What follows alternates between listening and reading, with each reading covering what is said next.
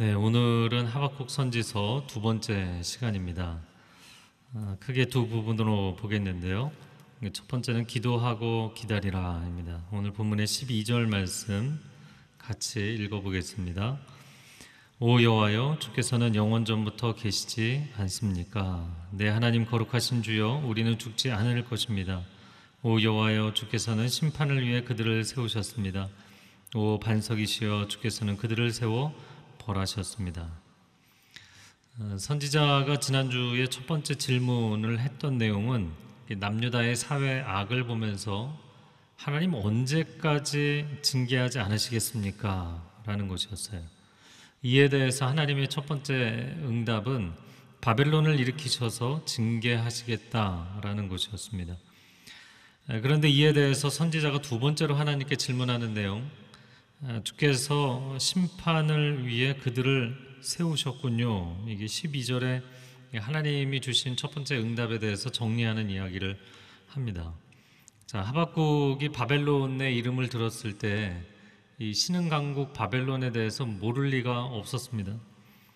왜냐하면 하박국이 예언하던 시점이 18대 여호야김 왕의 통치기다 이렇게 추정을 한다면 바벨론이 이미 상당히 세력을 키웠을 때입니다. 여러분, 바벨론이 성경 역사에서 언제 등장을 했는지 기억하시나요? 히스기야 왕이 죽을 위기에 처했었죠. 근데 하나님께 간구해서 하나님 그를 살려주시고 생명을 연장시켜 주셨어요. 그때 바벨론의 축하 사절들이 와서 히스기야 왕이 그들에게 성전에 있는 보물창고, 왕궁의 내탕고 다 보여주고 너무 신나하니까 이제 하나님이 징계에 대한 말씀을 하셨죠. 그때가 이 시기와 무려 100년 전입니다. 히스기야 왕은 13대 왕입니다. 18대 여호야김 왕까지는 상당한 기간이 흐른 것이죠. 자, 그러니까 여호야김 왕 지금 통치 몇 년 차인지 모르지만 여호야김 2년 차에 바벨론의 나보폴라살, 이 나보폴라살은 느부갓네살의 부친입니다. 그가 수백 년 동안 이 중근동을 주름잡던 패권국가 아수르에 봉기를 하고 반기를 일으킵니다. 반기를 듭니다. 그리고 신바벨론 제국을 창설하고 주변국들을 위협했던 것이죠.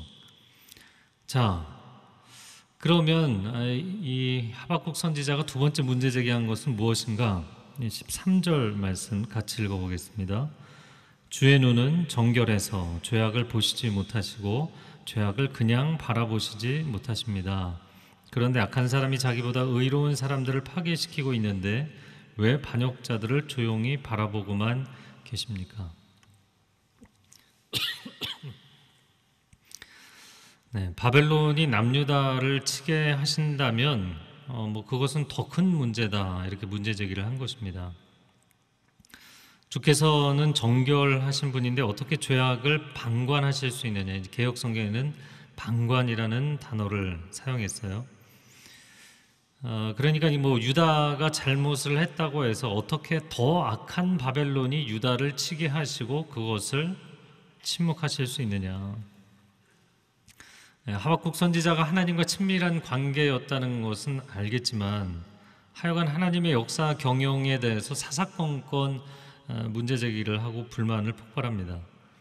그 이름의 뜻 그대로 하박국이 정말 끈질기게 달라붙어서 자신의 마음의 어려움을 호소하고 있죠.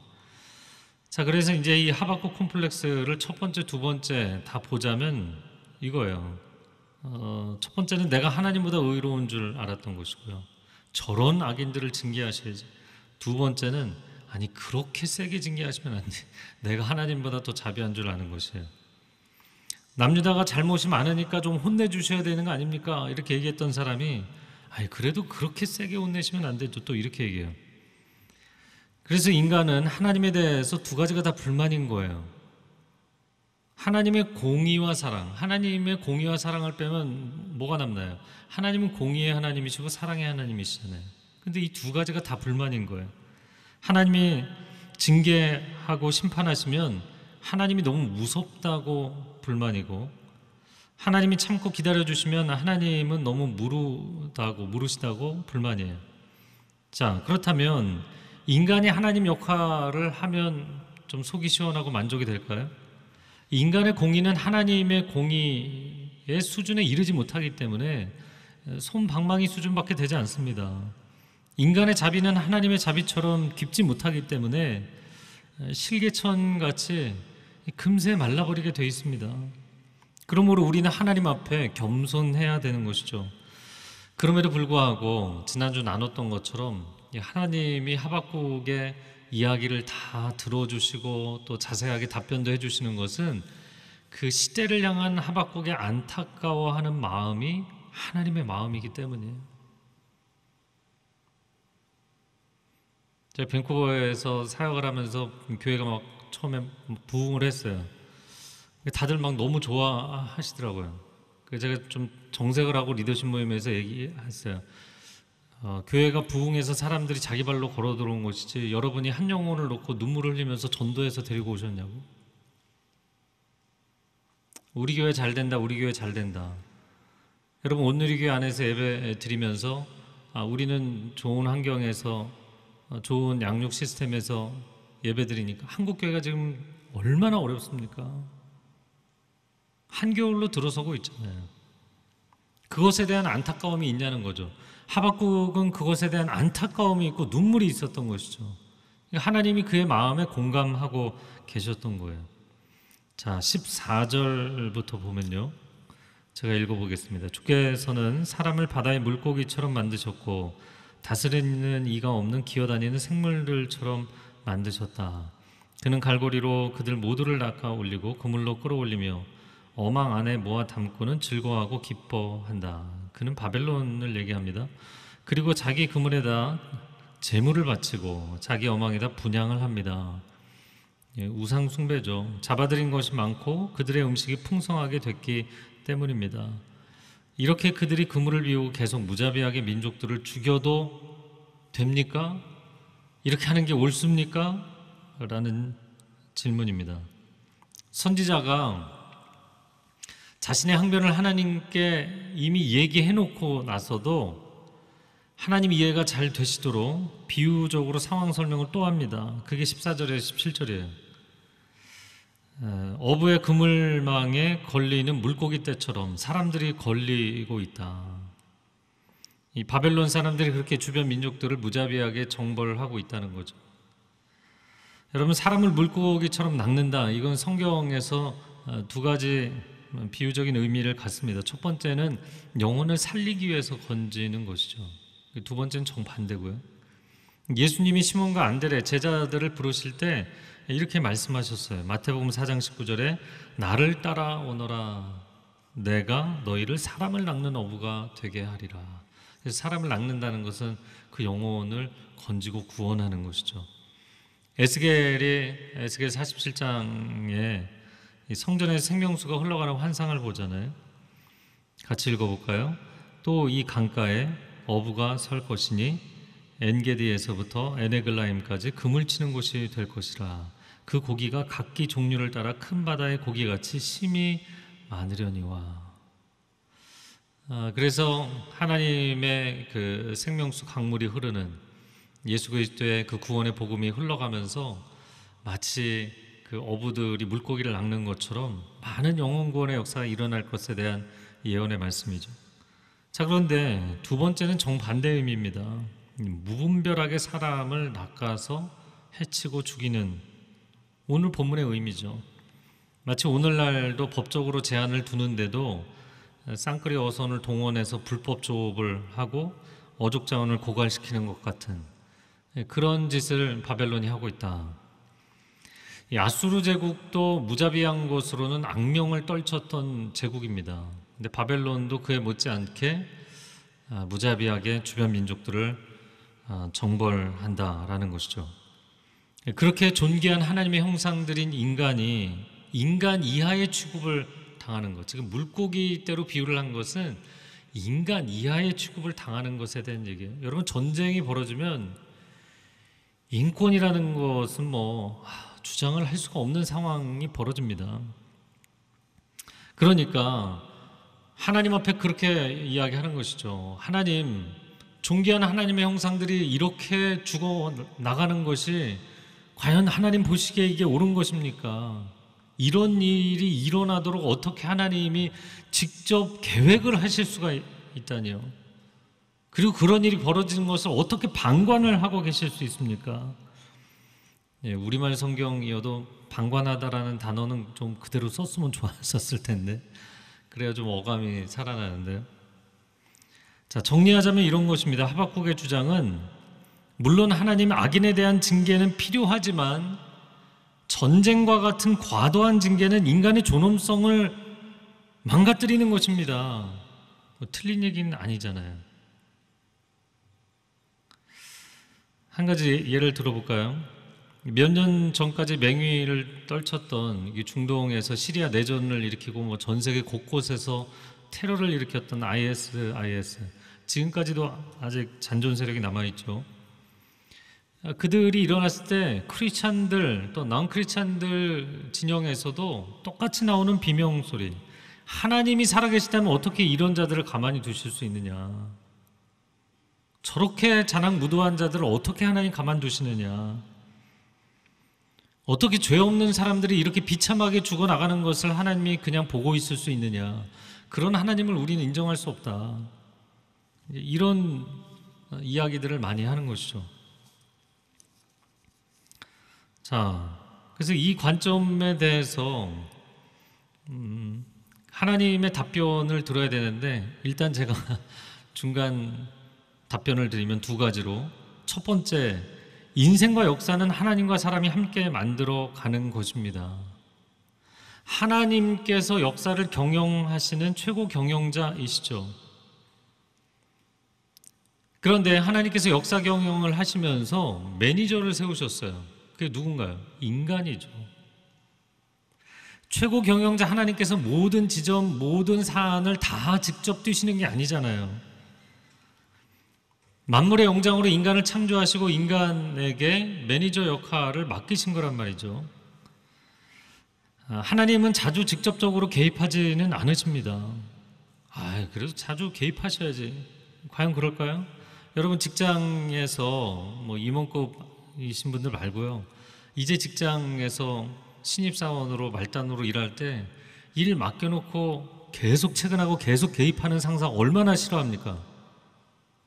리더십의 원리에도 그거는 안 좋은 리더십이라고 돼 있잖아요. 집에서도 공부시켜놓고서는 문제 잘못 푼다고 부모가 계속 잔소리해봐요. 그거 잘못된 교육이라고 얼마나 많이 얘기합니까? 하나님은 우리에게 역사 경영을 맡기시고 그렇게 자주 개입하지 않으세요. 하나님 방관하시는 게 아니라 하나님의 리더십이 훌륭하시기 때문이에요. 자, 그렇다면 우리가 질문해야 될 것은, 도대체 하나님은 왜 방관하시느냐를 질문하기 전에 이 지경이 되기까지 청지기인 인간들은 도대체 무엇을 하고 있었느냐는 거예요. 이게 정직한 질문이죠. 역사 경영권을 우리에게 위임해 주셨는데 사람들이 과도한 사고를 친 거예요. 그 지경에 이르도록 만든 거예요. 하나님께서 전혀 그렇게 잘못을 할 생각이 없는 착한 사람들을 꼬드겨서 죄를 짓도록 악한 일을 행하도록 하나님 만드신 게 아니잖아요. 사람에 대한 긍휼이 많으신 분들은 하박국 콤플렉스가 있게 돼 있어요. 그러다 보면 내가 하나님보다 자비한 거죠. 그래서 하나님은 무자비하다고 비난하고, 그런 관점으로 역사나 성경을 왜곡해서 보게 됩니다. 그래서 이제 저는 성경 통독이나 이제 강의를 할 때 질문을 많이 받는데, 저는 모든 질문이 좋은 질문이라고 생각하는 것은 그 질문하는 그 질문 안에 질문자의 인생이 담겨 있어요. 그 사람의 관점이 담겨 있고 그 사람의 생각이 담겨 있어요. 그래서 이제 출애굽기를 보면서 어떤 분들은 이스라엘 사람들보다 바로를 불쌍히 여기더라고요. 바로가 도대체 무슨 잘못이 있냐? 왜냐면 출애굽기에 뭐라고 써 있나요? 하나님이 바로의 마음을 강팍하게 하셔서.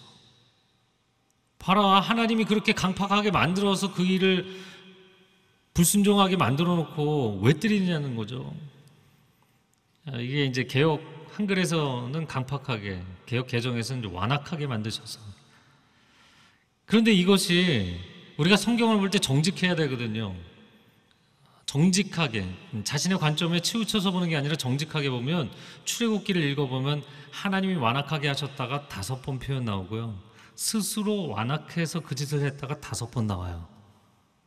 그런데 내 관점의 편향성 때문에 그쪽만 보이는 거예요. 바로가 전혀 잘못을 할 생각이 없는 착한 사람인데 하나님이 억지로 그렇게 만드셨다는 뜻인가요? 하나님의 주권적 영역, 하나님의 주권적 섭리에 대한 표현일 뿐이에요. 바로는 자신의 완악함에 대해서 스스로 책임을 통감해야 되는 존재입니다. 오히려 출애굽기 중간에 하나님이 이런 말씀을 하시죠. 내가 10가지 재앙 내릴 필요도 없다. 단 한 번의 역병, 우리가 지금 전염병으로 고생하고 있잖아요. 단 한 번의 역병으로 애굽인들을 한 방에 날릴 수도 있지만 내가 10번의 재앙을 내리는 것이다. 근데 그것은 이중적인 효과였거든요. 10번이나 야, 이분이 정말 하나님이시구나, 이분이 정말 하나님이시구나, 이거를 깨닫게 하는 것. 그리고 또 한 가지 효과는 뭔가요? 10번이나 돌이킬 기회를 주신 거예요. 10번이나 그렇게 무서운 징계를 당하면서도 10번이나 거역하는 바로가 정말 완악한 자였던 것이죠.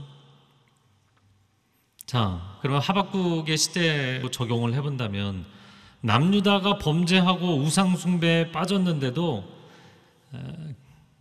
하나님께서 그들을 돌이키시기 위해서 수많은 선지자들을 매 시대마다 보내셨거든요. 하나님께서 몇 년을 그렇게 기다려주셨나요? 무려 400년을 기다려주신 거잖아요. BC 1050년경 다윗이 통치하기 시작했으니까, 그리고 586년에 무너졌으니까 400년 이상, 450년 기다려주신 거예요. 그렇게 그 오랜 기간 동안 돌아오라고 하신 하나님이 정말 아무 일도 안 하신 것일까요? 제가 지금 하박국하고 싸우는 거예요. 여러분하고 싸우는 게 아니에요. 하나님 답변은 이제 들으실 거고요. 제가 하박국의 질문에 대한 얘기를 하는 겁니다. 아니, 어떻게 이런 잔인한 전쟁을 일으키게 놔두시는가, 이런 말을 하나님께 할 수 있냐고요. 거의 500년을 기다려주셨는데. 근데 사람은 한 시대를 살다 보니까 관점이 근시안적일 수밖에 없어요. 500년을 기다려주신 하나님에 대해서는 보이지가 않는 거예요. 그리고 그 시대에 일어나는 문제에 대해서만 하나님께 항변하는 거예요. 자, 그 오랜 기간 하나님께서 역사의 경영을 맡겨주셨는데, 자신들의 땅도 아닌 땅을 하나님께 비워서 그들에게 맡겨주셨는데, 과연 그들은 역사 경영의 청지기로서 남유다인들은 도대체 그동안 무엇을 하고 있었느냐고요. 자, 두 번째, 이건 좀 더 뼈아픈 얘기인데요, 인간은 재난과 재해와 같은 심각한 상황에 빠지지 않는 한 인간 자신이 얼마나 심각한 죄악의 문제를 가지고 있는지를 잘 알지 못해요. 그렇게까지 심하게 하실 필요 있나요? 글쎄, 하나님께서 그렇게 심하게까지 할 필요가 있다, 이렇게 확정적으로 이렇게 얘기하신 부분은 없지만, 그러나 참 안타까운 것은 인간은 그 지경에 가지 않으면 깨닫지를 못해요. 건강을 잃고 나서야 건강의 소중함을 안다, 이런 말 많이 하죠. 가정이 깨어지고 나서야 가정의 소중함을 안다. 이거 너무 뒤늦은 것이죠. 평안할 때 하나님 앞에 겸비하고 이웃들과 사랑을 나누며 살아가면 참 좋잖아요. 그런데 그까지 말 안 듣고 막 나가다가 결국에 고난에 들어가야만 그제서야 정신이 번쩍 나고 하나님 앞에 엎드리는 게 인간입니다. 인류 사상사에서도 우리가 잘 알잖아요. 18세기 말 19세기 계몽주의 사상이 일어나고, 이 계몽주의는 결국엔 인본주의인 거거든요. 인간의 지성이 계몽되어서 세상을 유토피아적으로 건설할 수 있다. 근데 딱 그 시기에 또 산업혁명이 일어났잖아요. 그러면서 인간이 꿈꾸는 모든 것을 우리는 꿈을 꿀 뿐만 아니라 그것을 기계 문명을 통해서 이룩할 수 있다, 이런 자신감이 넘쳤어요. 근데 그러면서 그 시대에 나온 사상들이 다 희한한 것들이 나옵니다. 신에 대해서 부정하는 실존주의, 무신론, 공산주의, 기독교 진영에서도 성경을, 기적은 다 빼버리고 뭔가 마음에 안 드는 구절들은 다 칼로 잘라버리는 자유주의 신학이 등장합니다. 딱 그러고 나서 세계 1차 대전, 2차 대전이 터지죠. 1차 대전에 1,500만 명이 죽었어요. 2차 대전에 군인이 2천만 명, 민간인이 4천만 명, 6천만 명이 죽었어요. 1차 대전, 2차 대전을 합쳐서 7,500만 명, 더 많게는 8,500만 명, 거의 1억 명이 죽었어요. 그런 밑바닥을 경험하고 나서야 서구 사회에서도 복음주의 부흥이 막 일어나기 시작하고요. 이 한국 땅에서도 교회가 그 밑바닥을 치면서, 한국 사회가 밑바닥을 치면서 하나님 앞에 엎드리고 매달리고 간절히 부르짖어서 큰 영적인 부흥과 사회의 변화를 체험하게 됩니다. 그런데 불과 50년도 지나지 않아서 인간은 다시 인본주의 극단에 빠지게 됩니다. 과학지상주의, 과학이 모든 것을 해줄 수 있는 것처럼, 물질 만능주의, 돈만 있으면 다 해결되는 것처럼, 신을 거부하는 신무신론, 뉴 에이티즘이라는 것은 유신론자들을 지상에서 다 제거를 해야 된다, 이런 주장들을 합니다. 아주 공격적 무신론, 종교다원주의, 인간이 이상적인 미래사회 유토피아를 건설할 수 있다는 긍정적인 생각, 이런 극단적인 인본주의가 판을 치고 있는 가운데 이 팬데믹이 일어났어요. 현재 코비드-19으로 인해서 사망자 수가 한국이 1981명, 미국이 61만 4천 명, 브라질이 48만 명, 인도가 36만 명, 전 세계 현재 사망자 수가 미국 워싱턴 대학 건강측정평가연구소 분석 결과 700만 명에 이르는 것으로 추정합니다. 아마 올해 안으로 1,000만 명에 이르게 될 것 같아요. 왜 이런 밑바닥을 우리가 경험해야 되는가? 하나님이 무자비하기 때문에 우리가 이런 밑바닥을 경험하고 있나요? 여러분, 하나님을 계속 원망해야 될까요? 아니면 인간의 죄악에 대해서 우리가 철저하게 회개하고 하나님께로 돌아가야 될까요? 오늘날 그럼에도 불구하고 극단적인 인본주의로 인간은 인간 자신에 대한 과대망상에 빠져 있어요. 그리고는 어리석은 사상들과 정책들로 세상을 어지럽히고 국가의 근간을 흔들고 사람들의 인생을 혼란에 빠뜨리고 있습니다.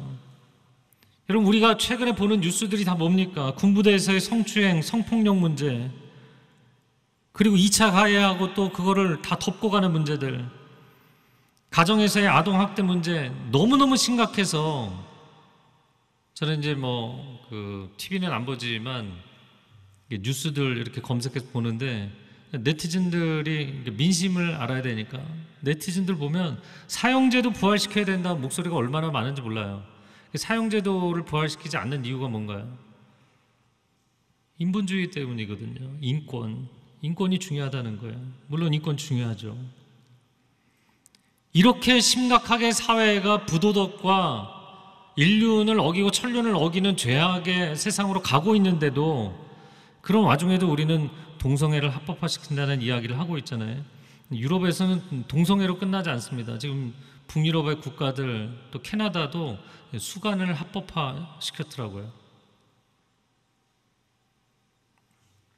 인간이 매우 고매하고 이상사회를 건설할 수 있는 이상적인 존재인 것으로 착각하고 있는 이 극단적인 인본주의의 기초에서 이런 정책 기조들이 나오는 겁니다. 도대체 인간이 어디까지 더 낮아져야만 스스로 죄인인 것을 고백할 수 있을까? 얼마나 더 험한 꼴을 당해야만 우리가 하나님 앞에 회개할까? 이런 게 안타까운 것이죠. 네, 하나님은 친절하게 대답하셨어요. 제가 좀 과격하게 대답한 거예요. 자, 2장 1절 말씀 같이 읽어볼까요? 시작. 내가 초소에 서서 망대의 자리를 잡고 주께서 내게 무엇을 말씀하실지, 내 호소에 주께서 뭐라고 응답하실지 지켜보겠습니다. 자, 선지자가 망대에 있는 자신의 초소에 서서 하나님의 응답을 기다립니다. 자, 그런데 이제 개역 성경에는 이제 파수하는 자리다 이렇게 표현을 했죠. 진짜 그러면 하박국이 성벽의 파수꾼 역할을 했던 것인가, 아니면 선지자이기 때문에 이 민족의 파수꾼 역할을 한다는 의미가 아니겠는가 싶어요. 하나님이 에스겔을 이스라엘의 파수꾼으로 세우시는데, 에스겔서 7장, 33장을 보면 이 파수꾼에 대한 이야기들이 계속 나옵니다. 악인에게 경고를 했는데도 그 악인이 돌이키지 않아서 스스로 멸망했다면 너 파수꾼에게는 잘못이 없다. 그러나 파수꾼이 위험이 오는데 경고해 주지 않아서 그 악인이 죽으면 그 사람의 피를 너에게서 찾겠다. 이게 파수꾼의 무거운 책임이죠. 자, 그런데 파수꾼의 책임은 세분을 하자면 세 가지입니다. 총 세 가지. 적군이 쳐들어오지 않는가 살피는 경계의 의무. 그리고 또 한 가지는 적군이 올 때 성내에 알려야 되는, 경계를 하고 있다가 그것이 알게 되면 그 사실을 보고해야 되는 의무. 자, 그런데 하박국은 지금 경계 근무를 하다가 보고한 거예요. 하나님, 이런 문제가 있습니다. 이렇게 보고한 거잖아요. 그러니 이제는 세 번째 의무는 뭐냐면, 그렇게 보고하고 나서 왕이 어떻게 결정을 내려서 명령하다를 하는지, 그것을 기다리는 기다림의 의무가 있는 거예요. 이게 세 번째 의무입니다. 그래서 나는 하나님께 이렇게 탄원했고 기도했으니까 기다리겠습니다. 기다렸던 것이죠. 자, 두 번째 부분인데요. 기록하고 기다리라. 2절과 3절 말씀 같이 읽어보겠습니다. 시작. 그러자 여호와께서 내게 대답하셨다. 이 묵시를 기록하여라. 판에 똑똑히 새겨서 달리는 사람도 읽을 수 있게 하여라.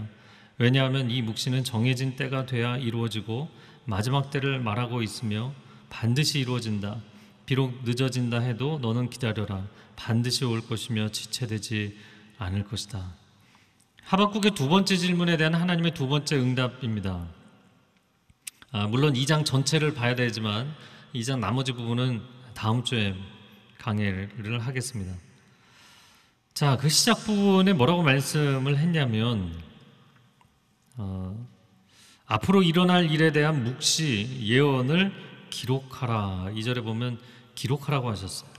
그리고 달리는 사람도 그것을 읽을 수 있도록 확실하게 기록을 하라고 하셨어요. 그럼 여기 갑자기 달리는 사람이 왜 나올까요? 그냥 책은 뭐 서서 읽는 게 낫잖아요. 꼭 달리면서 읽어야 되나요?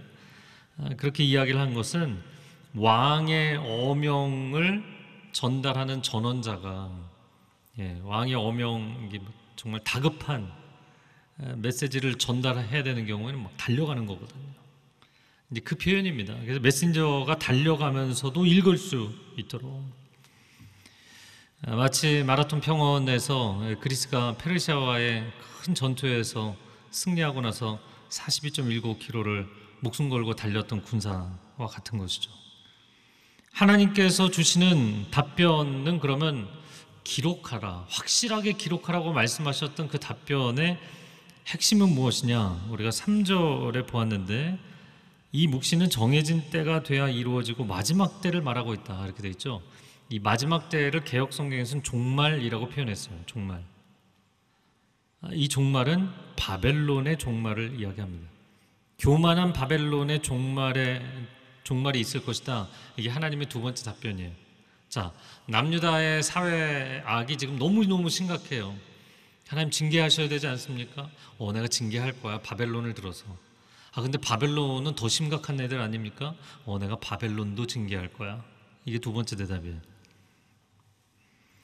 자, 정말 교만한 바벨론에 대한 하나님의 징계는 70년 만에 이루어졌어요. 여러분, 70년이면 굉장히 긴 세월 같지만 하나님의 긴 역사 여정과 경영을 놓고 보면 거대 제국이, 그것도 중근동의 패권 국가가 70년 만에 무너졌다는 것은 엄청나게 빠른 속도로 무너진 거예요. 그래서 속히 이루어진다고 3절에 말씀하신 거죠. 그러니까 비록 너가 느끼기에 늦어진다고 해도 너는 기다려라, 이렇게 말씀하셨어요. 자, 그러므로 하나님의 사람들이여, 역사의 근시안에 빠지지 마시고 하나님께서 그분의 공의와 구원의 섭리를 반드시 이루실 것을 소망하며 기다리시기 바랍니다. 그게 믿음이 있는 사람들이에요.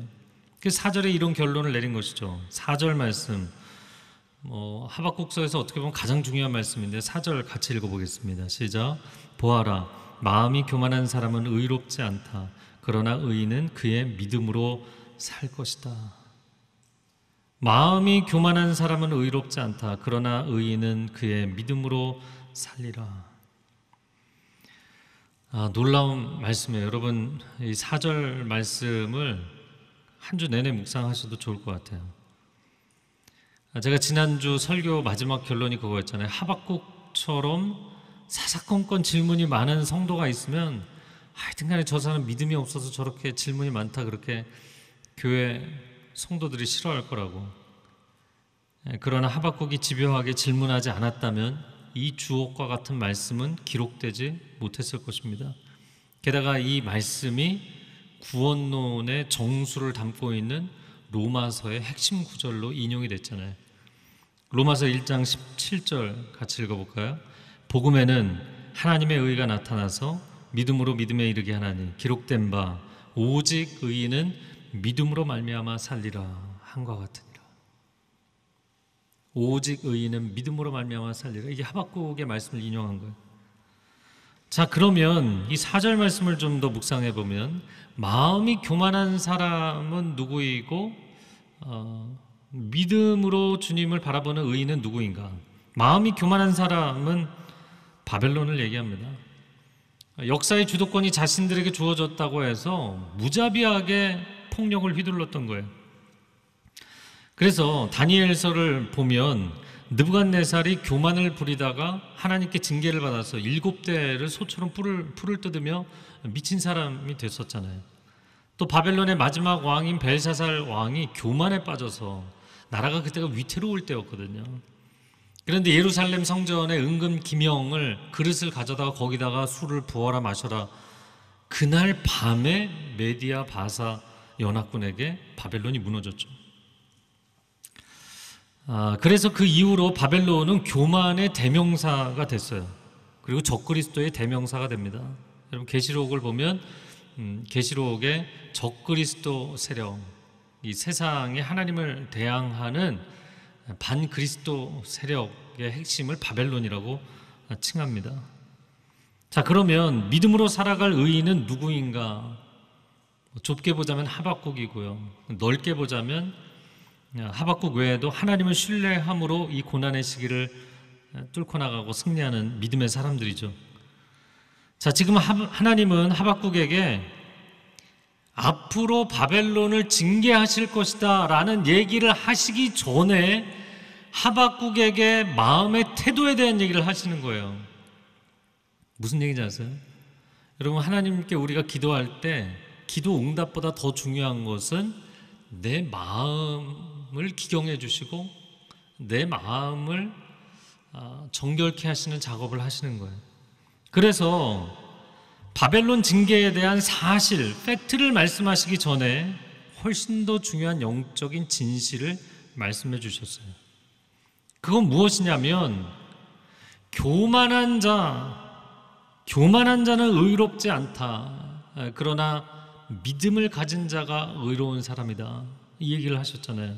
우리가 단순 대조로 바벨론과 하박국으로 이렇게 이야기했지만 조금 더 깊이 생각해 보면 이런 의미도 갖고 있는 거예요. 지금 하박국이 하나님 앞에 자기가 더 의로운 척, 자기가 더 자비한 척 하고 있잖아요.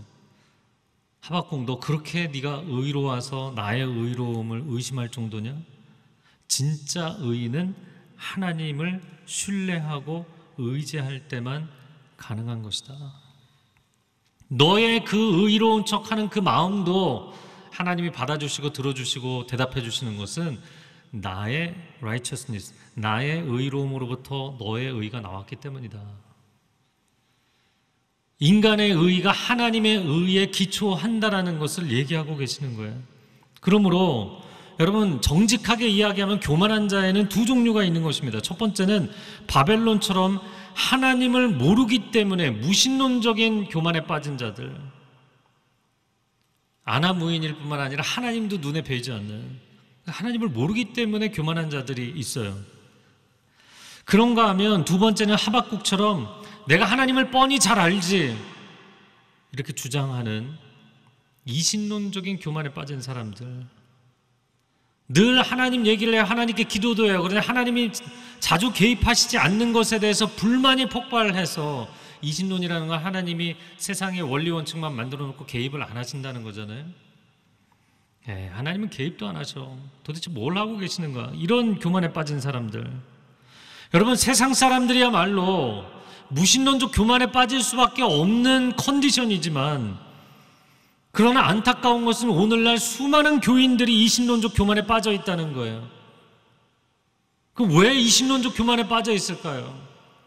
시대가 어렵기 때문이기도 하지만, 정직하게 우리 자신을 돌이켜볼 때 우리의 예배 생활에 하나님의 강력한 임재 체험이 없다면, 우리의 실생활에 하나님과 동행하는 삶의 여정이 없다면, 세상 역사를 바라보면서 하나님의 역사 경영에 대한 신뢰함이 없다면 성경은 지식에 불과한 거예요. 그 성경을 봐도 헤롯이나 바로나 불쌍해 보이고 하나님은 정의롭지 않아 보이고, 이런 왜곡된 관점에 빠져있는 수많은 크리스찬들이 양산되고 있어요. 마치 하나님이 역사하시지 않고 존재하지 않는 것처럼, 마치 하나님이 정지 화면인 것처럼 생각하고 살아가는 수많은 교인들이 있다는 것입니다. 여러분, 오직 의인은 믿음으로 말미암아 살 것입니다.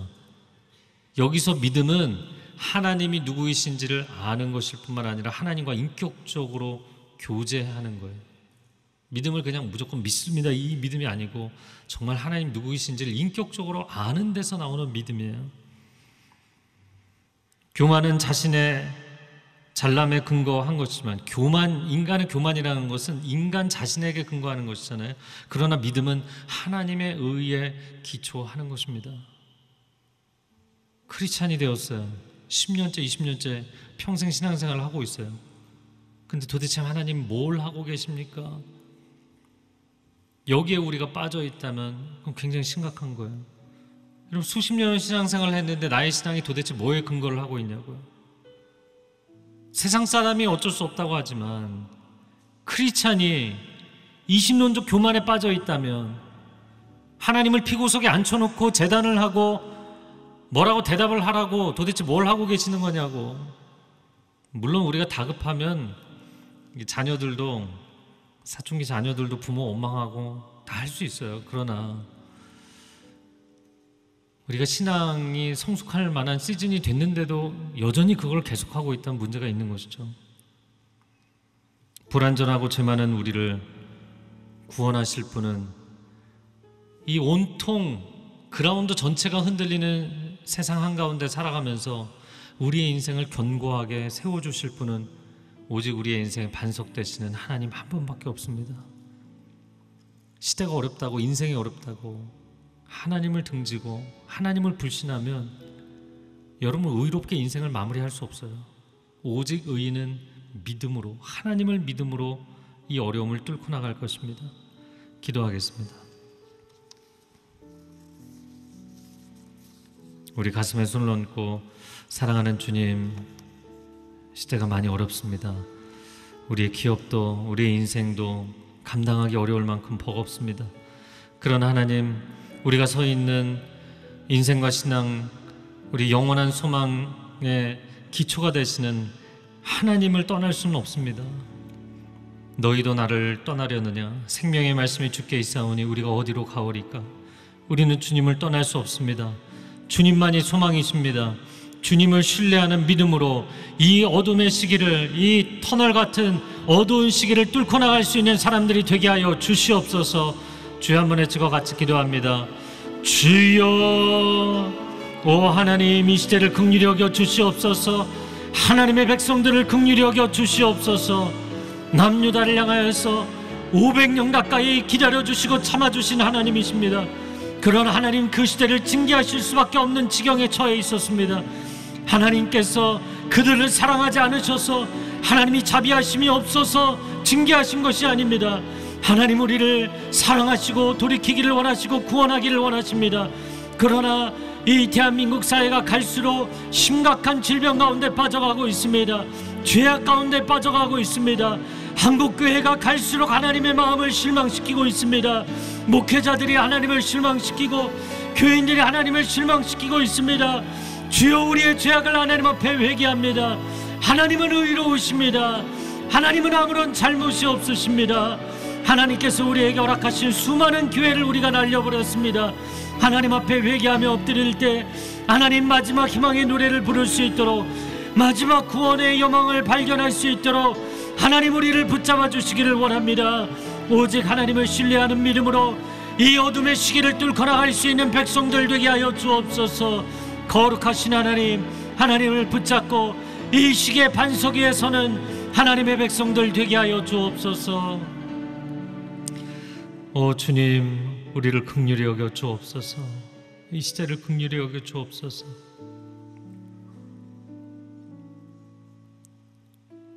우리는 1년에 단 한 번뿐인 휴가 기간에 아우니치를 가야 될지 불과 몇 년 전까지도 고민했습니다. 그러나 지금은 가고 싶어도 갈 수 없는 팬데믹의 기간이 되었습니다. 우리는 몇 년 전까지 사람들에게 내가 복음을 전하다가 수치를 당하지 않을까, 거절감에 대한 두려움으로 전도하는 것 두려워했습니다. 그러나 주님, 지금은 우리가 사람을 만나서 전도하고 싶어도 어려운 지경에 처해 있습니다.